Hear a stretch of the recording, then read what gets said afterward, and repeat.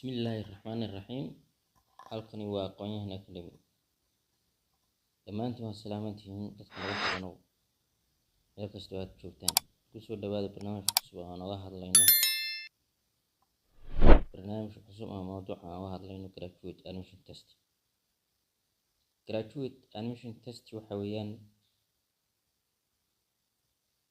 waxa loo soo gaabiyey graduate admission test. GAT waxa loo soo gaabiyey graduate admission test model exams. marka imtixaanka muxuu yahay? imtixaanka waxa weeyaan waa imtixaan ardayda masterka raba inay dhigtaan ay galaan oo ku saabsan waxbarashada sare. qofka marka waagi hore waxaa jirtay in qofku markuu rabo inuu wax barto oo master uu barto gaar ahaan imtixaan yar bay jaamacad ku qaadi jirtay marka uu jaamacad u dhiganayo, kadibna toos buu markuu u baaso caadi u dhigan jiray. laakiin hadda waxaas oo dhan waa meesha way ka baxeen. imtixaan wasaaradda waxbarashada Ethiopia ay soo diyaarisay marka horena ay qaadi jirtay jaamacadda Addis Ababa ayaa hadda socda.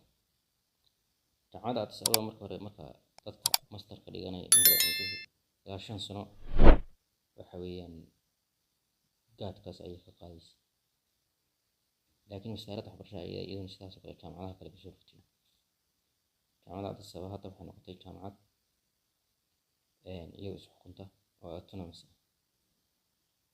marka muxuu yahay GAT? sida aan soo sheegnayba waxaa loo soo koobay graduate admission test. imtixaanka waa gelitaanka weeyaan. waa imtixaankaas waxa weeyaan wuxuu ka kooban yahay 2 qaybood 3 qaybood buu ka kooban yahay section. horta marka ugu horeysa muxuu yahay GAT? GAT is a general aptitude test. waa imtixaan guud designed to assess verbal, quantitative, analytical, reasoning abilities as predictors of graduate studies. waxa weeyaan verbal, quantitative, analytical, reasoning abilities waa awoodaha wax caddayn ama aanayn iyo xisaabeed iyo mid analysis ahaan. marka graduate admission test waa maxay? It's a general aptitude test. waa imtixaan aptitude ah to assess verbal, quantitative, analytical, reasoning abilities oo lagu qofka awoodiisa lagu tijaabinayo ingiriishka ah iyo sidoo kale xagga xisaabta iyo sidoo kale ku hadalka ingiriishka iyo qoraalkiisa iyo sidoo kale analytical. analytical waxa weeyaan relationship, waxyaalaha relationship ka dhaxeeyo. analogy baa ku jira, relationship baa ku jira. marka GAT results help to screen and identify candidates that are eligible to apply for admission. kasoo gudub marka GAT wuxuu ku saabsan yahay qofku in uu markaas awood u leeyahay ingiriishka iyo xisaabta oo aptitude ah sida aptitude-kii grade 12 oo kale weeyaan. su'aalahaas marka 100 su'aalood ayuu ka kooban yahay. sanadihii ka horreeyay sanadka 2023 wuxuu ahaan jiray 125 su'aalood, laakiin hadda waa la yiri 100 baa laga dhigay. cilmistu waxaa la jiray 25. marka 100kaas su'aalood qayb waxaad baratay weeye, fildiga aad baratay waxaa ka imaanaya 70.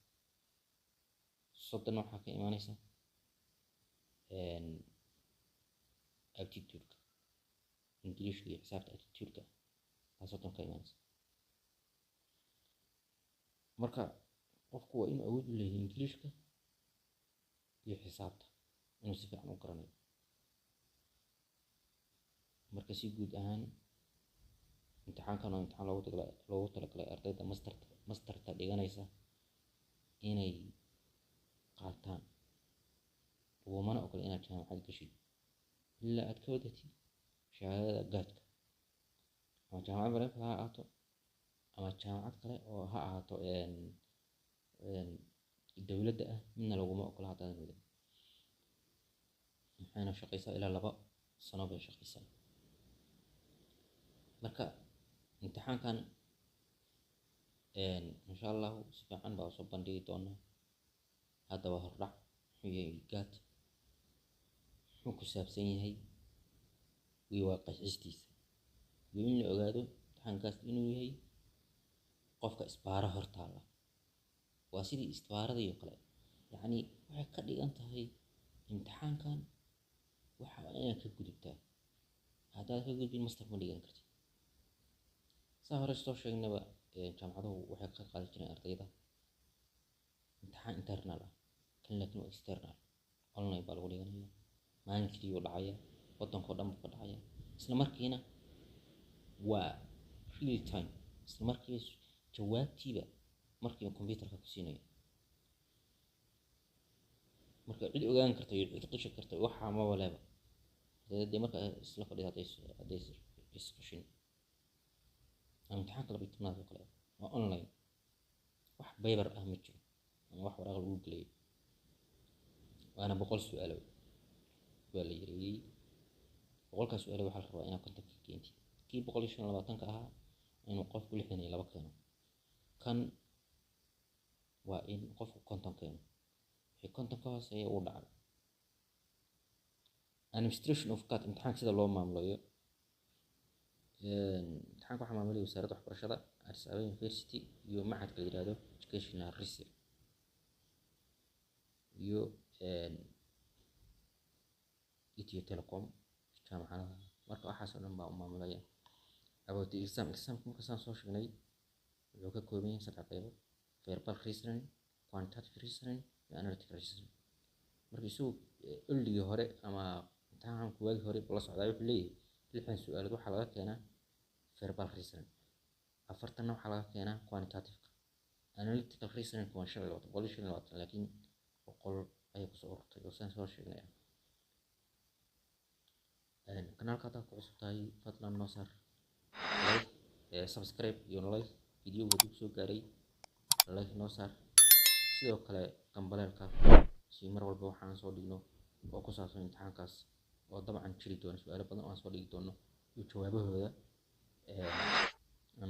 insha Allah tacaala halkan ku falanqayn doono sidaas iyo nabadgelyo